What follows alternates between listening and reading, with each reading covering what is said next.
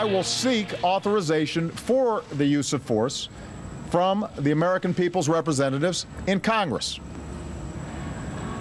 Over the last several days, we've heard from members of Congress who want their voices to be heard. I absolutely agree.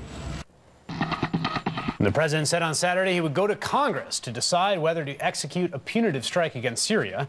He immediately stepped into uncharted territory, a space where liberals and conservative lawmakers will line up on the same side in the normally divided House of Representatives.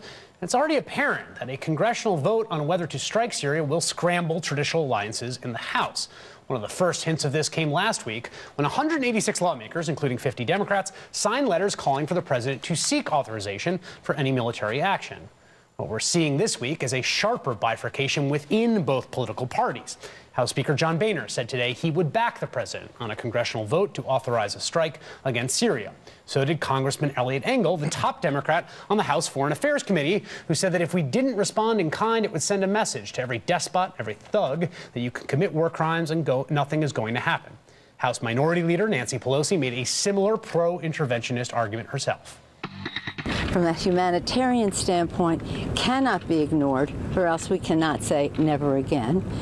Secondly, from a national security standpoint, we have to send a very clear message to those who have weapons of mass destruction of any variety that should forget about using them.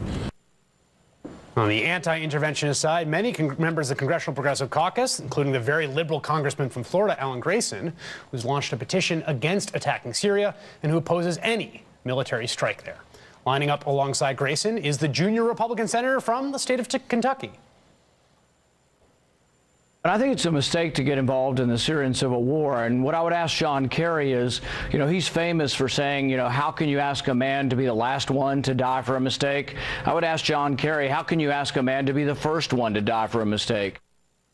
Paul's own views on this don't come as much of a surprise, but what we will also see in this vote is the ongoing brawl inside the Republican coalition over that party's foreign policy direction. And when watching the news today, each new position for or against the resolution from both Democrats and Republicans often came as a genuine surprise. Citizens looking to their political leaders for direction are likely to find themselves profoundly contorted. Joining me now is Tommy Viator, former National Security Council spokesman in the Obama administration, co-founder of Fenway Strategies. He was back at the White House today to help the president win support for intervention in Syria. Ben Domenech, a research fellow at think tank the Heartland Institute. He co-founded Red State, a conservative blog. And Eli Lake, senior national security reporter from Newsweek and the Daily Beast. Explain this to me. I found the moment in the hearing today that was most interesting was several senators saying, if you think you have the authority to do this without coming to Congress, why are you coming to Congress? And if the vote doesn't go your way, isn't this a preposterous bit of theater? I think the vote's going to go their way. I think that the president believes that this action will be stronger if it is a U.S. action that is supported by Congress, supported by more of the American people, and not just Barack Obama stepping out and taking a limited strike. Let's be clear about supported by the American people. Supported by Congress does not equal supported of the American people. I mean, the TARP bailout vote being a very famous example. This vote, if and when it comes about, I think probably, I don't see the polling on this turning around fast enough for the White House to get the votes. The American people don't support Congress either, we should stipulate. But I mean, at all. There is no one supports anyone, Tommy. That's the point. That's why it's impossible to wage war under these conditions, because no one has any credibility. There's a complete and total blanket crisis of authority. No one trusts anything. After years of failure and misery and destruction. I'm sorry if I'm expounding here, but it's true. And so people look at this entire thing and think, are you out of your mind? There is healthy skepticism after Iraq about taking someone's word for it before we go to war. But this is very different. This is a short, limited operation. We're talking a couple hundred cruise missiles hitting chemical weapons sites in Syria. Yes, there is the potential to get pulled into something longer, but the White House has been very clear about what they want to scope this. What do you say to that? I say, look, love it or hate it.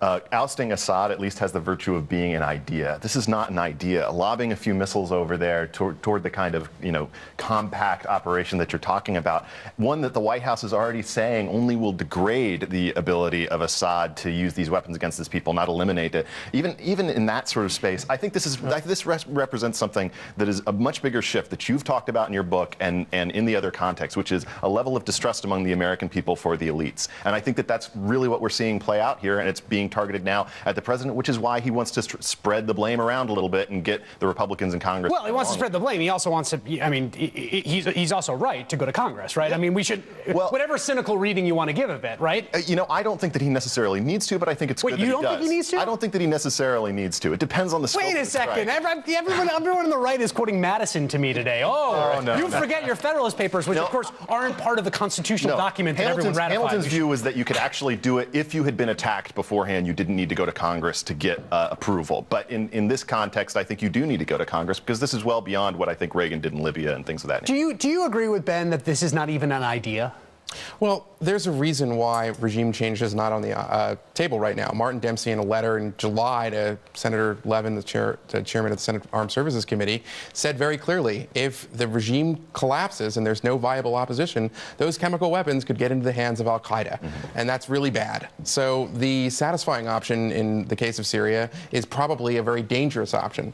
But at the same time, I think Obama's got a real problem right now, and that is the rhetoric and the crime, the gassing of his own people, the moral obscenity, and how we hear this administration, including the president, describe what happened does not meet the military action that he's talking about. It is a redux of cruise missile diplomacy, the kind of thing that Clinton did in the 1990s when Saddam would pick out weapons inspectors.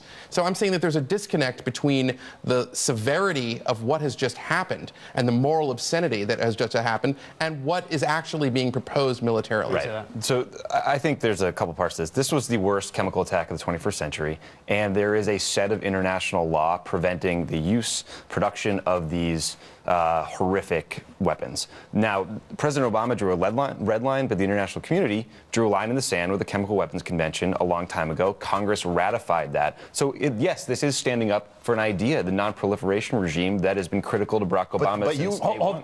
Hold that thought, hold that thought, and hold that thought. We'll be right back.